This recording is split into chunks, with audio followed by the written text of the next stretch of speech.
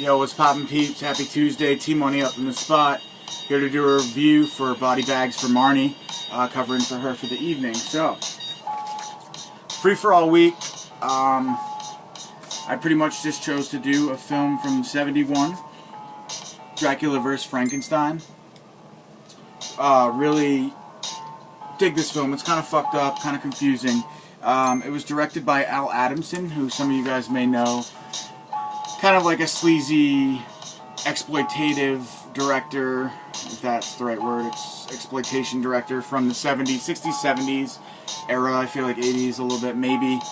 Just known for very shitty, cheap, low-budget like looking and feeling films, but also known for their charm and kind of a cool character casts, I think, in a lot of the films that he did. This film in particular, for me, probably my favorite Al Adamson film. Just because it's so ridiculous, it sucks, but it's charming and fun. Basically, you've got Dracula and, well, first off, directed by Al Adamson, stars Lon Chaney Jr., Regina Carroll, Xander Vorkov, J. Carroll Nash, Angela Rosito, and Forrest J. Ackerman. So basically, I'll read you guys the synopsis here.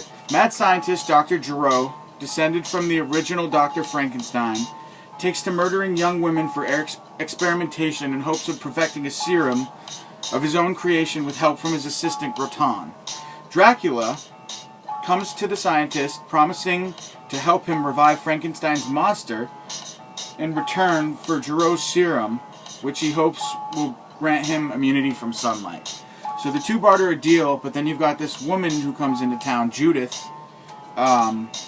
Regina Carroll plays Judith, who's, I don't know, like a showgirl from LA, comes into town looking for her missing sister, who basically got killed and kidnapped by Dr. Gero and used to help him create his serum.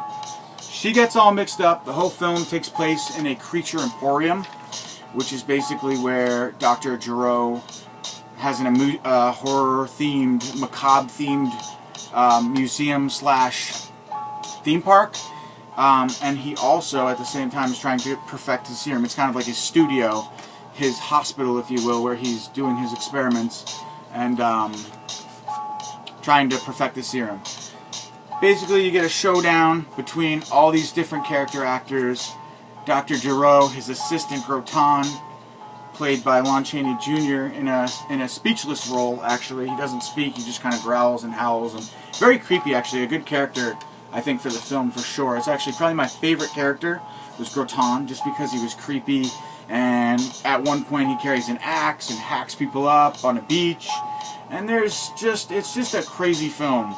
You've got Groton, Dracula, Frankenstein the monster, Dr. Gero, all having this big battle. Judith and her LSD-induced friends, hippie friends, rather, who are tripping through the whole film, trying to find her sister, and then getting into a major powwow with Dracula, Frankenstein, and all the other crazy characters. What I like about the film is I like the characters. I think they're cool. I think they're very memorable, just in their actual visual look. The small guy played Grasbo, or whatever his name was, Grasbo, played by Angela Rosito. He's also in some other Al Adamson films. Great character actor. Fits the role perfectly. Just as kind of Gero's protector, but also just a maniac, a mini maniac wielding a gun, I think. Just craziness. Dracula is very cheesy. Xander Vorkov, or whatever that was his stage name for the film, his surname, I think is what it's called, for the film, not his actual name. Could be totally wrong there with my dialogue. But, what was I saying? He plays a very, very strange Dracula. He talks like this: I will control you, and I have a ring on my finger that shoots lightning bolts, and absolutely absurd. Not like fucking Universal, where you've got classic, creepy, well-acted Draculas. This guy is like, and he doesn't have like he's not really good looking, he doesn't have a stare that entrances you. Nothing. Lame as hell, but fun and charming and funny. And just like over the top ridiculous. Like laugh out loud. you'll seriously just be like, what the fuck is this?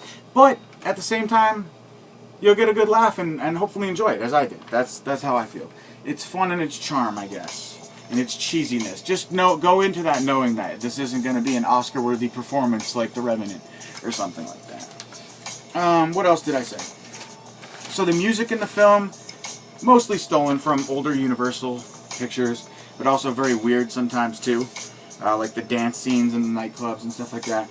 Just a very oddball film, I'd say. Basically, I don't really know what else to say, guys, I guess. Let's see. I'll read you a little bit more of the synopsis. So, as a cover, the duo, Dracula and Dr. Giro, work out of the Creature Emporium, a throwback old sideshow located on a boardwalk amusement park in Venice.